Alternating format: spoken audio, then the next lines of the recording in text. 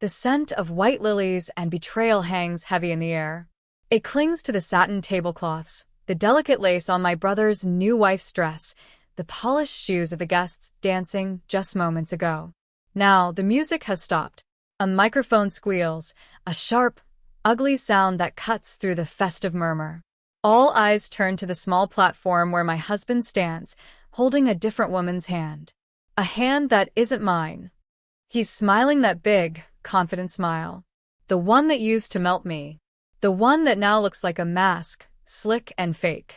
He's talking about love, about destiny, about finding the one. His eyes are fixed on her. Not on me, sitting here at table 7, tucked away near the kitchen entrance, strategically placed by some well-meaning relative who thought I needed a break from the main party. A break I didn't know I needed until this very second. He gets down on one knee. The murmur turns into a collective gasp, then a ripple of confusion. This isn't supposed to happen. This is my brother's wedding. This is our life, or what I thought was our life, happening in front of me, but he's rewriting it, live, center stage. My breath catches, sharp and painful in my chest. It feels like I've been punched in the gut, the wind knocked out of me in front of everyone I know. My family, his friends, the people we built a life with, are watching him propose to her. Let me know where you're watching from and what time it is.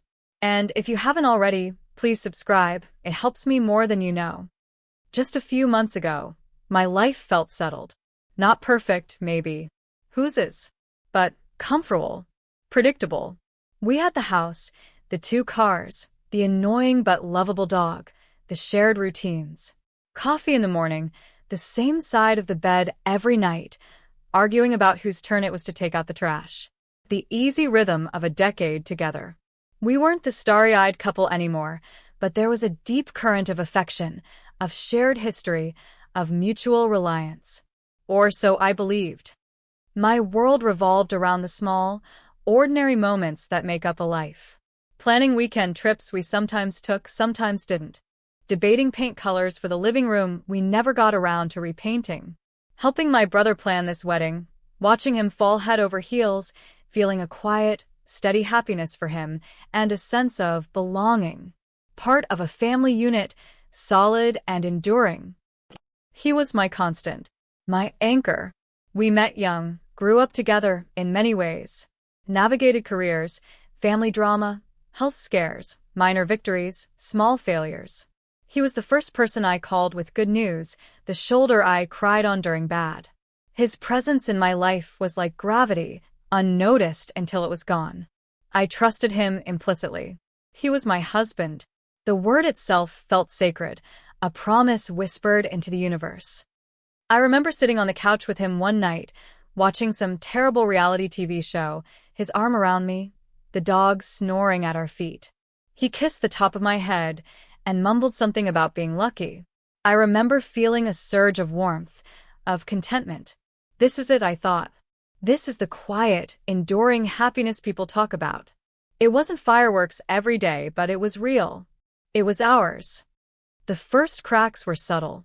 Too subtle for me to notice at first, or perhaps too painful to acknowledge. He started working late more often. Business trips became more frequent, extending an extra day here and there. He'd come home tired, distant.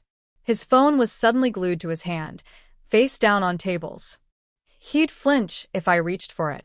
Small things. Things I initially dismissed. The stress of work, I told myself. Everyone goes through phases. He'd always been a little reserved, but his silences became heavier, laced with something I couldn't identify. Guilt? Annoyance? Indifference? I tried to talk to him, ask about his day, ask if something was wrong. He'd shrug, give vague answers, change the subject. He was present, but absent. The light in his eyes, the one that used to look at me with such familiar affection, seemed dimmer, sometimes even cold. I started feeling like a roommate. We shared a house, a bed, a last name, but the connection was fraying. The easy intimacy was gone. He stopped reaching for me in the night. Our conversations were purely logistical, bills, groceries, appointments. The shared jokes, the late-night talks, the The spontaneous moments of connection, they vanished. The suspicion began as a tiny, persistent whisper in the back of my mind. A cold dread that would prickle at my skin late at night when he wasn't home, or when I saw a text message pop up on his screen that he quickly swiped away. I tried to rationalize it. I hated myself for even thinking it. He wouldn't. Not him. Not after everything. I convinced myself I was being paranoid, insecure. Maybe I was the problem. Was I not attentive enough? Was I boring? I tried harder. I cooked his favorite meals, suggested dates, bought new lingerie I felt ridiculous in. He barely seemed to notice. The distance remained, a chasm growing between us, silent and vast. The wedding planning became a welcome distraction.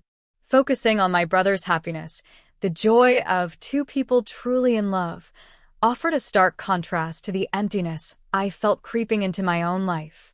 I threw myself into helping, attending tastings, browsing venues, agonizing over invitations. It was a way to pretend everything was fine, to immerse myself in a world of guaranteed happiness, a world where love stories had guaranteed happy endings. Then I found the first concrete piece of evidence. It was a hotel rewards statement left on the kitchen counter, buried under junk mail. A stay in a city he hadn't mentioned traveling to for work. The dates didn't align with any business trip I knew about. My hands trembled as I looked up the hotel. A luxury place downtown. Not where his company usually booked. A cold dread pooled in my stomach. I confronted him about it, trying to keep my voice steady, trying not to let the terror show. He barely flinched. He had an excuse ready, a convoluted story about a last-minute client meeting, a change of plans. He was annoyed, dismissive. He made me feel like I was being nosy, distrustful. I backed down, shaken, but the knot of suspicion tightened, turning into a hard, heavy stone in my chest. After that, I started looking. Quietly, painfully. Going through his things felt invasive, dirty, a betrayal of the trust one was already fairly sure he had shattered. But I needed to know. I needed proof, because the alternative, living in this suffocating cloud of doubt, was unbearable.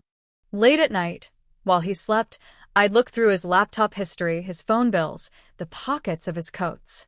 Each step felt like walking through broken glass, each discovery a fresh cut. I found the emails first. Flirtatious, then overtly affectionate. Pet names, inside jokes, plans to meet. They were sickeningly sweet, the kind of messages you send when you're falling in love. Only, they weren't to me. They were to a woman named Sarah. An ugly, guttural sound escaped my throat the first time I read her name, linked to his, in that context. Sarah. A stranger who was stealing my life, one sweet word at a time. Then I found the photos, tucked away in a hidden folder on his cloud storage. Photos of them together. Laughing, holding hands, kissing. On weekend trips I thought he was taking alone or with friends. My reflection stared back at me from the computer screen, distorted by tears. My face, pale and shocked, a mask of disbelief and pain. It wasn't just a fling. This was a relationship. A parallel life he'd been living, seamlessly woven into the fabric of ours. The betrayal hit me in waves. First, numb disbelief. Then, searing pain, the kind that makes you want to curl up and disappear. Then, a cold, hard anger. Not just at him, but at her. At the audacity. At the lies. The deception. The sheer cruelty of it all. He had looked me in the eye, made love to me, planned our future, all while building a future with someone else. I didn't confront him with the bulk of the evidence immediately. I couldn't. I was frozen, paralyzed by the magnitude of it. How do you even begin to process something like this? How do you talk to someone who has fundamentally broken your reality? I continued to live beside him, a ghost in my own home, watching him, analyzing his every move, every word, searching for some sign of remorse, some flicker of the man I thought I knew. There was none. Only the practiced facade of normalcy, the casual lies. The wedding day loomed, a cruel, ironic backdrop to the implosion of my own marriage. My brother was so happy, He deserved a perfect day. I couldn't ruin it with my pain, my mess. I decided I would get through the wedding, maintain appearances, and then, only then, would I face the wreckage. But the anger festered. The humiliation burned.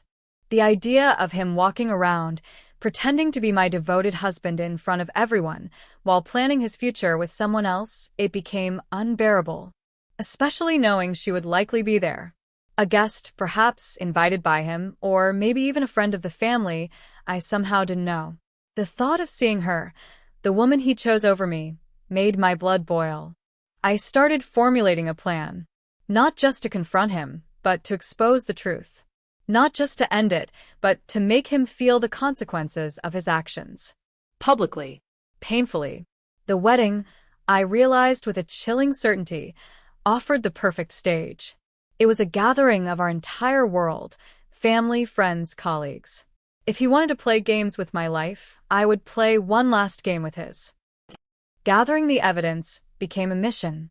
I compiled everything, the emails, the photos, the hotel statements, credit card charges for gifts I never received. I organized it meticulously, creating a digital file, printing hard copies. It was like building a case for a courtroom, except the jury would be everyone who witnessed his carefully constructed life crumble. I researched her. Sarah.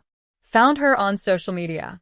Saw her photos taken on those trips, in those places, looking happy with my husband. Each image was a fresh stab wound, but also fuel. She wasn't just a passive participant. She knew he was married. Their messages made that clear. She was actively involved in the deception. The idea for the plot twist, the true moment of turning the tables, came to me in the dead of night. It wasn't enough to just show him the evidence, or even expose him to everyone. The most painful outcome for him would be to lose her because of my actions. He was clearly infatuated, building this new life around her. If she walked away, in front of everyone, because she saw the depth of his lies, the collateral damage he was willing to inflict, that would hit him harder than anything else. I decided to target her. Not confrontationally, but strategically. I wouldn't make a scene myself, not at first. My power would be in revealing his truth to her, in a way she couldn't ignore, at a moment when it would have the maximum impact. The wedding day arrived, a kaleidoscope of joy and agony. My brother was beaming, my family was celebrating, and I was a walking ghost, plastered smile in place, a knot of tension tighter than a steel cable in my stomach. My husband was there, playing the role of the devoted spouse perfectly. Too perfectly. He mingled, he laughed, he even put his arm around me for a few photos, a performance so convincing it made me want to vomit. And then I saw her. Sarah. She was there. A friend of one of his colleagues, I overheard someone say. She was beautiful, in a simple, understated way that made my carefully chosen dress feel loud and desperate. She was looking at him, and he was looking at her, and in their stolen glances, their secret smiles across the crowded room, I saw the confirmation of everything I dreaded. They were living their fantasy, here, under my nose, on my brother's happiest day. My plan solidified.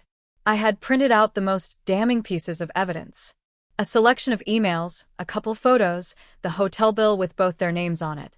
I put them in a plain envelope.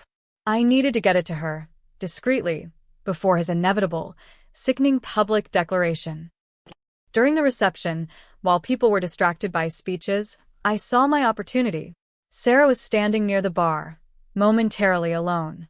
My heart pounded against my ribs, a frantic bird trapped in a cage.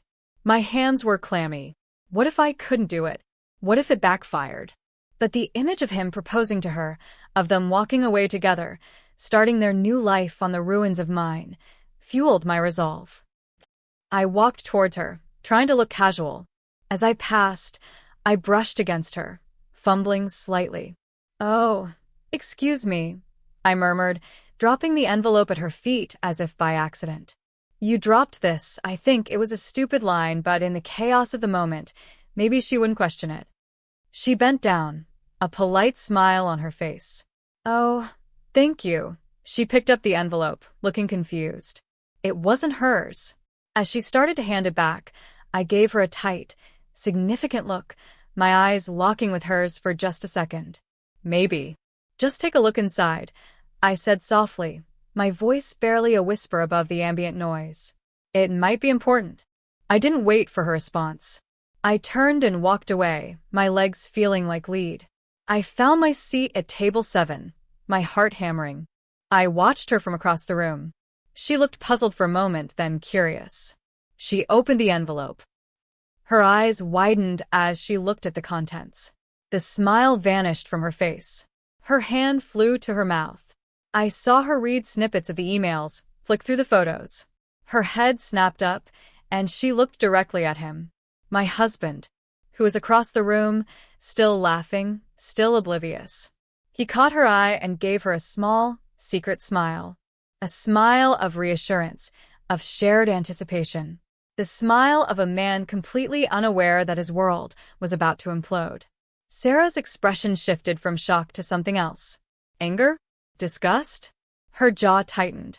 She folded the papers back into the envelope, her movements sharp and decisive. And then she did it. She turned. She walked towards the nearest exit. Not towards him. Not towards the dance floor. Towards the door, and out of the room. My breath hitched. It was happening. My plan was working. She was leaving. Just as she reached the door, my husband, microphone in hand, cleared his throat, ready to make his announcement. He hadn't seen her leave. He was focused on his moment. His grand gesture.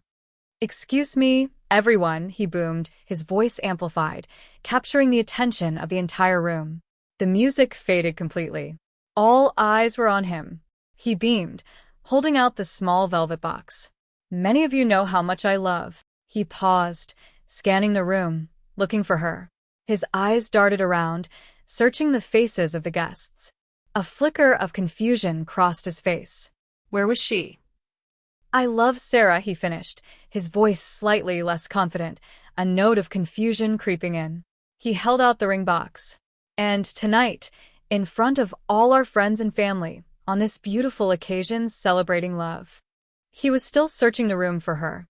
His eyes landed on me for a split second. There was no recognition there, only annoyance that I wasn't reacting the way a wife should, I suppose. Then his gaze swept past me, back to the crowd, still searching. He cleared his throat again. "Sarah," he called out, his voice amplified, echoing slightly in the sudden, stunned silence.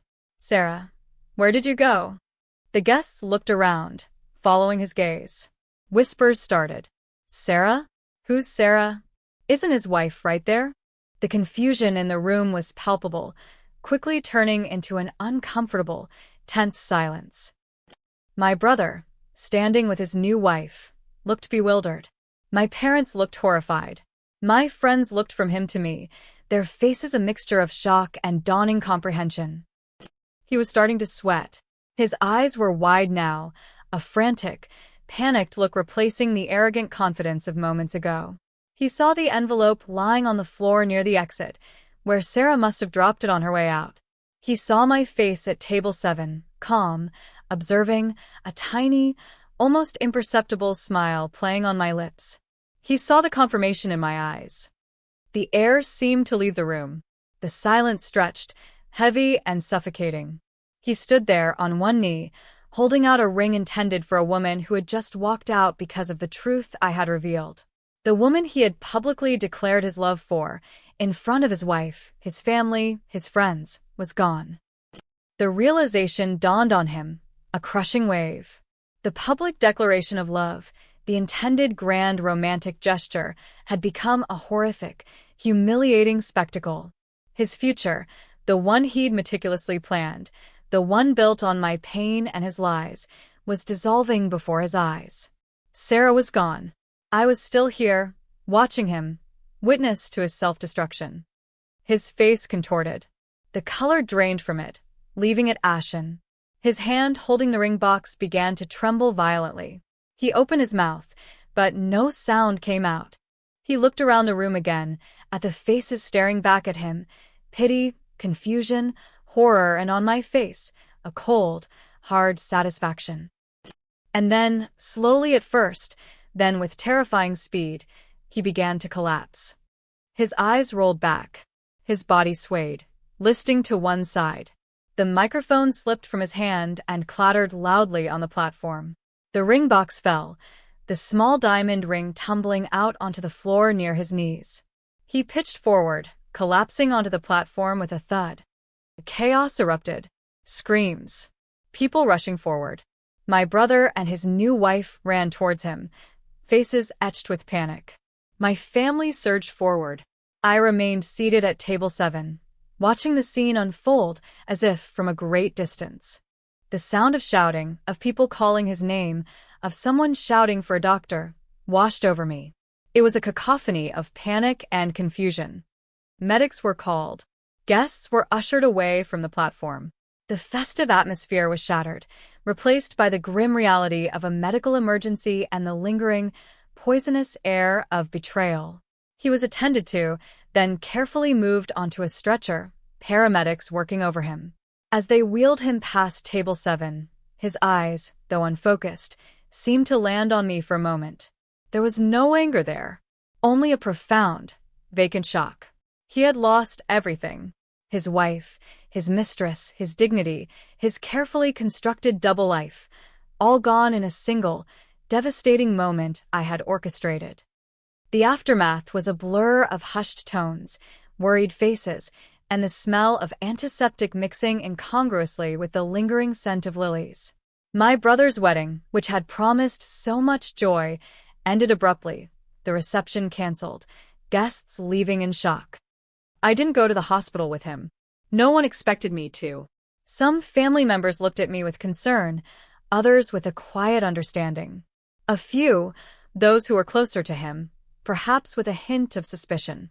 But I didn't care. I had done what I needed to do. The following days were a confusing mix of practicalities and raw emotion. Phone calls, legal consultations, the quiet, heavy process of separating a life that had been intertwined for so long. He was stable, I was told. Physically. Mentally, I didn't know, and frankly, I didn't much care. His collapse was a physical manifestation of the implosion of his world. Sarah didn't contact him or me. She vanished as quickly as she had appeared. The brief, intense chapter of their affair closed abruptly, sealed by the evidence I had provided and the public humiliation that followed. There was no dramatic confrontation with him afterwards. The collapse, the public downfall, the loss of Sarah, that was the climax. The resolution was quieter, a slow, painful unwinding. Lawyers handled the divorce. We divided assets. We dismantled the life we had built, piece by piece. The house felt empty, haunted by the ghost of the marriage that had died long before its public execution. People asked questions. Whispers followed me. But I didn't offer explanations. The truth, raw and ugly, had been on full display at the wedding. Everyone who needed to know knew. My brother understood, offering quiet support, his own happy day forever marked by the shadow of my heartbreak and vengeance. My family rallied around me. Healing is not linear. There are days when the anger flares, hot and consuming. Days when the sadness settles in, heavy and suffocating. Days when the humiliation washes over me, making me want to hide from the world. But there are also days when I feel a sense of liberation, a quiet pride in having taken control of my own narrative, in refusing to be a silent victim. The victory doesn't feel entirely sweet. It's laced with bitterness, with the taste of ashes. I lost my marriage, yes, but I also lost the illusion of a future I believed in. I lost a decade of my life to a lie. But I also gained something, a fierce, independent strength I didn't know I possessed. The ability to face the worst kind of betrayal and not only survive it, but turn it into something else. A new beginning, perhaps. A life built on truth, even if that truth is painful. The ring he was going to give her? I never saw it again after it fell. Perhaps it was scooped up in the chaos, a lost symbol of a love story that died before it even began. Or perhaps it's still there, tucked away somewhere in the venue, a tiny, glittering reminder of a man's arrogance and a wife's ultimate, Devastating move. My life isn't the one I planned. It's messier, more uncertain, marked by scars. But it's mine now. Fully and unequivocally mine. The scent of lilies still sometimes triggers a memory, a flash of the scene. But it no longer paralyzes me. It reminds me of the day I took back my power, the day I walked away from the wreckage and started building something new. If this story hit close to home, I'd love to hear your version. Drop a comment with where you're listening from and what time it is. Thanks for being here. Subscribing helps bring more of these to life.